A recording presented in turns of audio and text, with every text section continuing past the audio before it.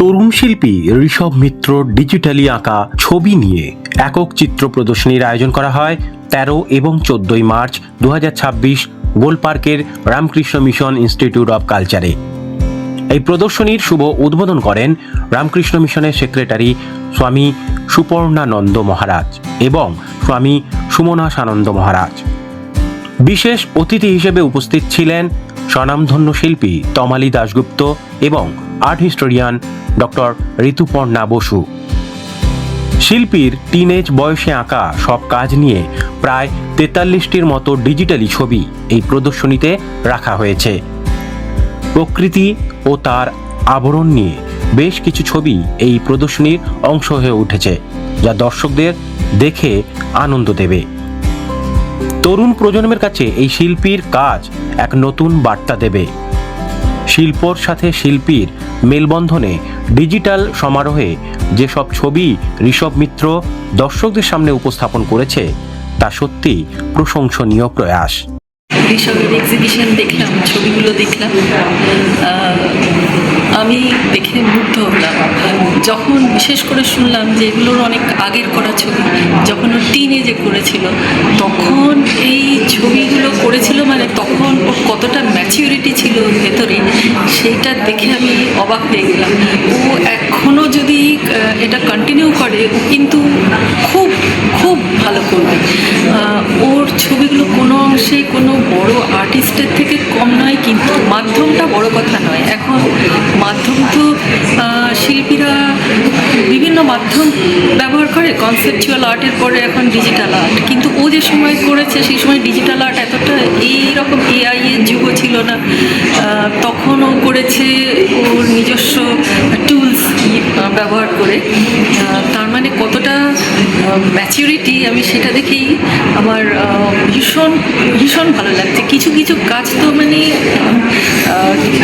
যদি না বলে দেওয়া হতো যে এটা ওর অনেক করা, একজন বড় শিল্পীর সমতুল্য কাজ, চিন্তা ভাবনা, গভীরতা, ভাবনার গভীরতা, এবং ও টাইটেলগুলো যেগুলো দিয়েছে সেগুলো কিন্তু খুব অর্থবহ। আমার নাম তমালী দাশগুপ্ত। সুন্দর করে বললেন যে যেটা শুরু করেছে তো অনেকটাই অ্যাবস্ট্রাক্টের মতো বোঝা, সকলে সেই চোখ সেই মন হতে হবে এই শিল্পকর্মগুলো বুঝতে হলে। ওর একটা সুন্দর ভবিষ্যৎ আমরা সবাই আমাদের শুভেচ্ছা জানাই।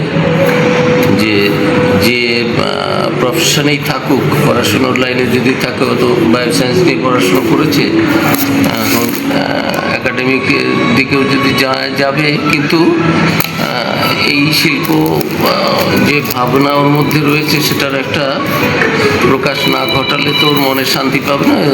এত অল্প বয়স থেকে এর পেছনে ছুটছে। Ultimately painting for him is the best form of self expression. কাজেই ওর মনের ভাবনাগুলো যেখানেই যে প্রফেশনেই থাকুক, এই সমস্ত শিল্পকৃতির মধ্য দিয়ে সে তার ভাবনাগুলোকে, চিন্তা ভাবনাগুলোকে প্রকাশ করার চেষ্টা করবে। এগুলো আস্তে আস্তে একটু যাতে মানে বোঝা যায়, ঠিক শিল্পীর সব জিনিস তো বোঝা যায় না। আর একজন শিল্পী না হলে আবার এই যে ক্রিটিকরা রয়েছেন এরা ভালো বলতে পারবেন, অনেক এই দিকে এই লাইনে সে এগিয়ে যাক। তার কারণ হচ্ছে সে নিজে একজন পণ্ডিত মানুষ, সে পিএইচডি করেছে বায়োলজিতে, একটি উজ্জ্বল ছাত্র, এবং তার ফার্স্ট টাইম হিসেবে ছবি আঁকা মানে নিজে আঁকে না, কিন্তু কম্পিউটার দিয়ে যে ডিজিটাল যে ছবিগুলি সব লিখেছে সেগুলি প্রশংসার দাবি রাখে। এই নতুন একটা আইডিয়া, এবং এই ঘরানা সে নিজেই তৈরি করবে। এর সাথে আমাদের যে ট্র্যাডিশনাল সেসব আছে তার সাথে হয়তো একসাথে মিলেমিশে ডাক্তার পোস্ট হয়ে যাবে, যেমন বলি আমরা, একটা নতুন কিছু বেরিয়ে আসবে। ওকে চিন্তাও করতে হবে, এবং আমি আশা করবো যে ওর বাবা মা যেমন ওর সঙ্গে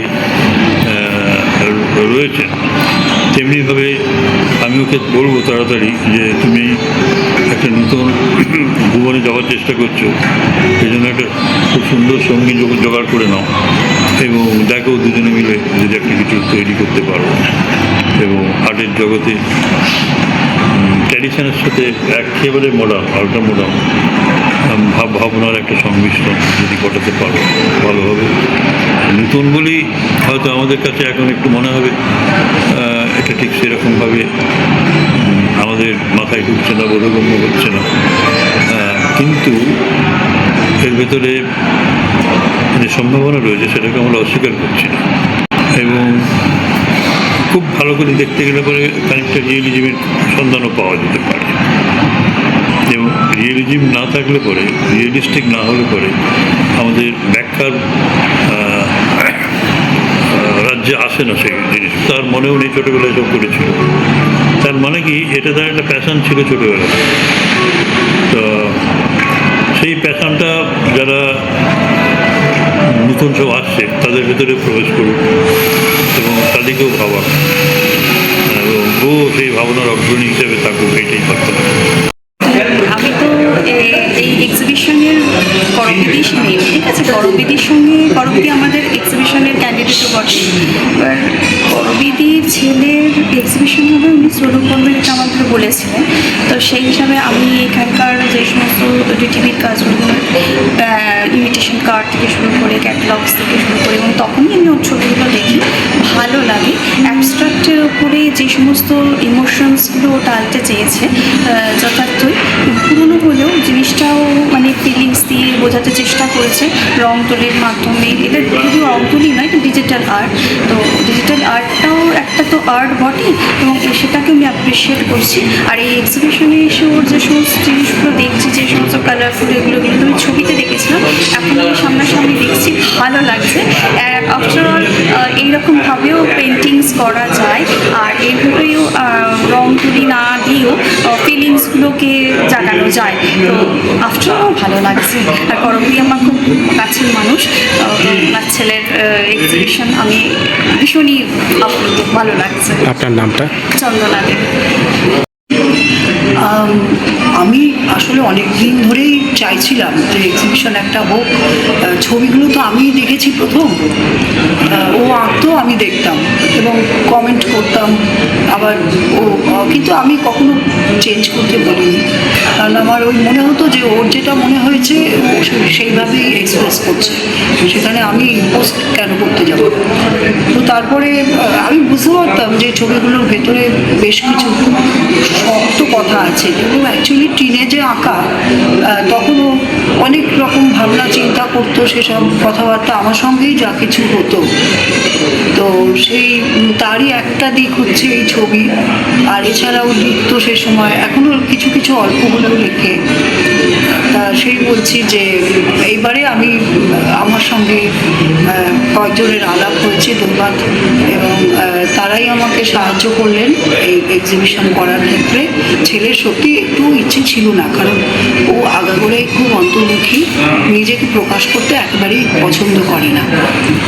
কাজে এখানেও ও আমাকে কড়া করে বলে রেখেছে যে কাউকে বলবে না যে আমি ছবিগুলো এঁকেছি, একান্ত যদি কেউ জিজ্ঞেস না করেন।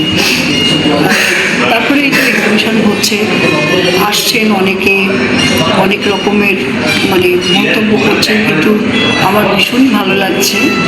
যার জন্য আমি চাইছি যে সব রকমের অভিমত আমরা যাতে জানতে পারি। আপনার পুরো নামটা? করবি মিত্র। আমার প্রথম এক্সিবিশন কলকাতায়, আজকে এবং কালকে হবে এক্সিবিশন। এবং এর বিষয় ভাবনা বলতে এগুলো ডিজিটালি করা। আমার যখন 13 বছর বয়স, 13-14 বছরের, সেই সময় বেশিরভাগই আঁকাগুলো, এবং আমি অনেক বছর পরে আঁকাগুলোর থেকে আবার ফিরে তাকালাম, এবং ইচ্ছা আছে পরবর্তীকালে এগুলোকে ক্যানভাসে রূপ দেওয়ার।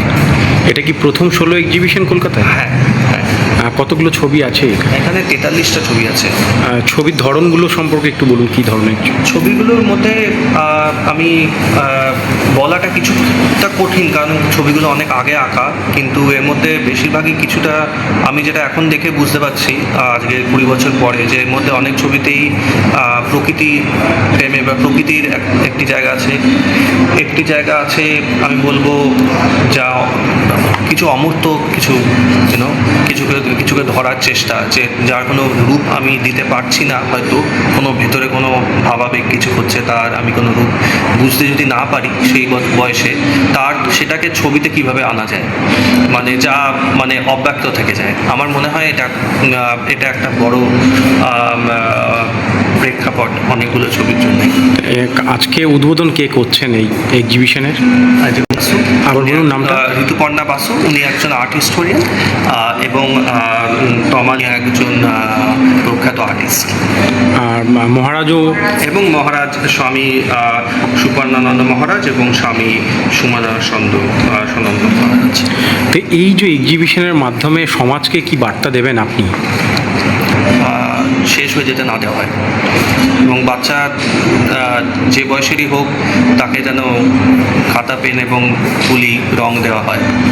কতদিন ধরে আঁকা শিখছেন বা আমি শিখেছেন? খুব একটা শিখিনি, আমি খুব ছোটোবেলা শিখেছি কিছুদিন, কিন্তু আঁকছি মানে এইটা বললাম যেমন অনেক ছোটোবেলার আঁকা, এবং তারপরে এখন আমি বড়োবেলায় কিছু অয়েল পেন্টিং, ম্যাচিওর কিছু অ্যাক্রিলিক এরকম করেছি।